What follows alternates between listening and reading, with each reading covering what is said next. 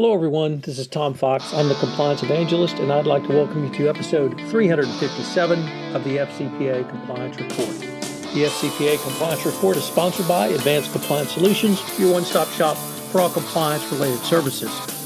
Today, I take things in a little bit different direction as I'm interviewed by Jonathan Armstrong.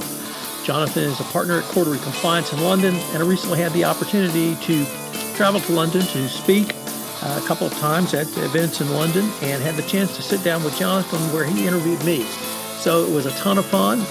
Enjoyed being interviewed, and Jonathan is an excellent moderator. So we had a very interesting discussion on the Paradise Papers and the recent corruption crackdown by the Saudi Arabian government.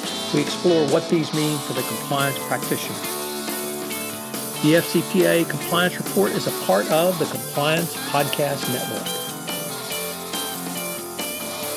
Thanks for joining us. I'm Jonathan Armstrong from Cordery, the specialist compliance law firm. And I'm really happy to say that Tom Fox, the compliance evangelist, is visiting us all the way from Houston today. And it's a really interesting week in compliance circles, Tom, because we've got the next series of leaks from the Paradise Papers, following the Panama Papers and shining the light on some behaviors of corporations and individuals. And at the same time, we've got almost regime change disguised as a corruption investigation in Saudi Arabia. Is that a fair characterization? What are your thoughts on that?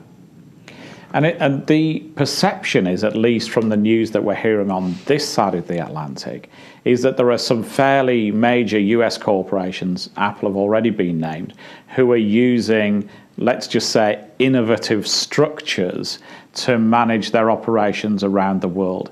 Is that something that's going to come under more scrutiny going forward? I certainly think it is. We should emphasize at the outset, this is not tax avoidance, this is tax evasion, which certainly under United States law is legal and probably under many other jurisdictions as well. So this is a situation where U.S. companies and U.S. high net worth individuals, and indeed other companies from other countries, are utilizing tax havens to reduce their tax rate, to offshore money, bylaws in place in areas which may be more friendly to corporations. This has been going on for a long time. This, I think, is different than the Panama Papers because in many ways what we've seen so far is legal tax evasion strategies by companies. Having said all of that, the reputational fallout may be much worse than any criminal sanctions or penalties that any government might levy on a company who engaged in tax avoidance. So it's going to be very interesting to see what the reputational fallout for these companies, and you specifically named Apple. They're the most prominent one and the one that everyone is focused on, but here we are 48 hours into it, and lots of persons and companies have been named. Yeah, and you're right to say that nobody's suggesting any criminality, and in fact, Apple in their defense would say they're the world's largest taxpayer. But in terms, if I'm a compliance professional, has my job just got harder as well? If I'm looking at things like know your client, if I'm looking at due diligence, I'm presumably going to have to start and look through the Panama Papers that I'm already looking through, and I'm going to have to look through the Paradise Papers now as well, aren't I, and do a search on the counterparties that I'm dealing with? Absolutely, and that's you're absolutely right. It's going to require much more diligence on the part of the compliance practitioner to know your counterparty, whether that counterparty is a third-party sales agent coming into a relationship on the sales side, whether it's a vendor through the supply chain, or whether it's a potential business venture partner, joint venture partner, strategic partner, teaming alliance partner, whatever the relationship is, because the blowback to you may be so great because of the reputational risk that it's not worth the damage to you.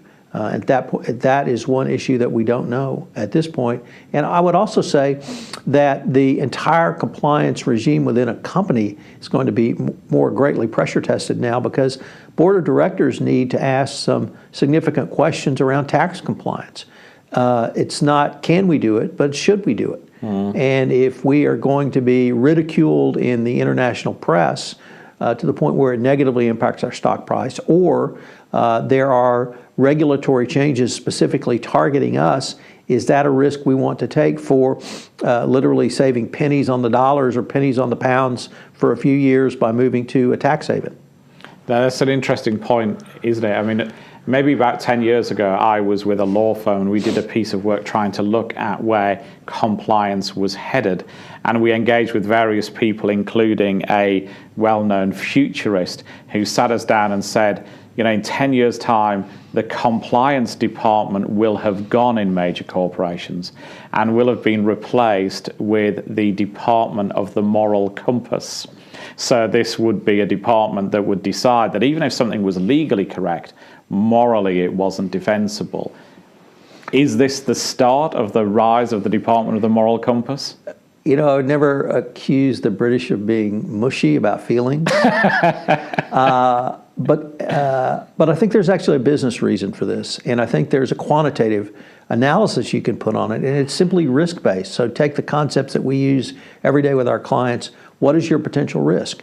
If your potential risk is a regulatory breach or violation of a law, such as the UK Bribery Act or the United States Foreign Corrupt Practices Act, then your risk management solution would become higher. And then it becomes a cost-benefit analysis. Now we're simply asking or simply putting that same risk-based analysis on a reputational risk. And if the reputational risk of doing business with someone who banks in a tax haven, who is headquartered in, you name the tax haven or other corporate jurisdiction, is that someone, one, we want to do business with because it speaks to a certain business acumen, or two, is that someone that, if exposed, could come back to hurt us? So I don't see it really as a moral compass. I see it as a business issue and a quantifiable business issue, and therefore one that can be risk rated and risk managed. So on the Saudi situation, Jonathan, I would say it's more regime consolidation than regime change, because the changes were fostered by both the current king, King Salman, and the Crown Prince. So maybe we can unpack both of those. We don't know their relationship at this point. Nevertheless, for the compliance practitioner, for the compliance professional, indeed the compliance industry, both of those two events could be really earth-shattering going forward. We had an anti-corruption campaign, or perhaps something else. Nevertheless, for the compliance practitioner, I think it's very significant because it centers around anti-corruption. So the King of Saudi Arabia established an anti-corruption commission, and certain multiple, I think 50 Saudi princes were, if not arrested, detained, and they are now being held under house arrest at a very posh hotel in Riyadh.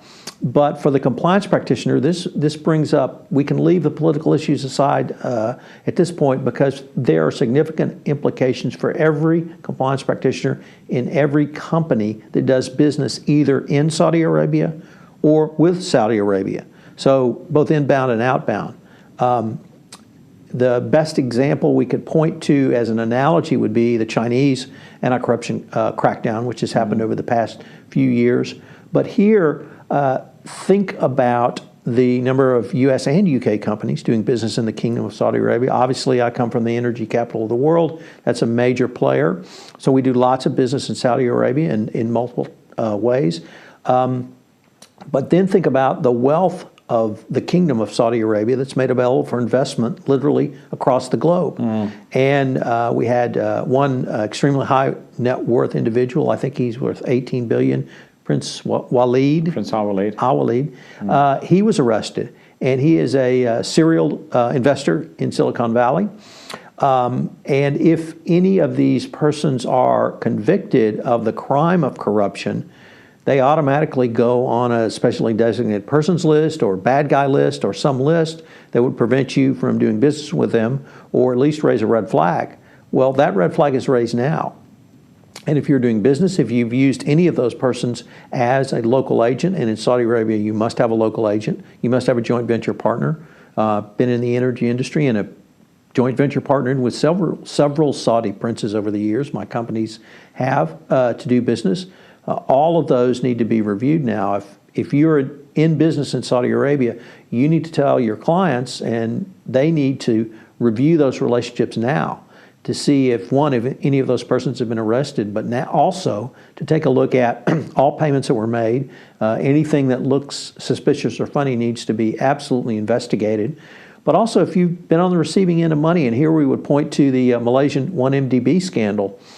In the United States, a fair amount of money was invested. The famous movie, The Wolf of Wall Street, was funded largely on monies from J-Lo, the alleged head of MDB, 1MDB, and that company had to give back some of their profits from that movie. There have been numerous forfeiture lawsuits filed in the United States around monies that were allegedly purloined from the Malaysian Sovereign Wealth Fund. So that brings into account any monies that would have come inbound to both the United States and certainly in the United Kingdom as well.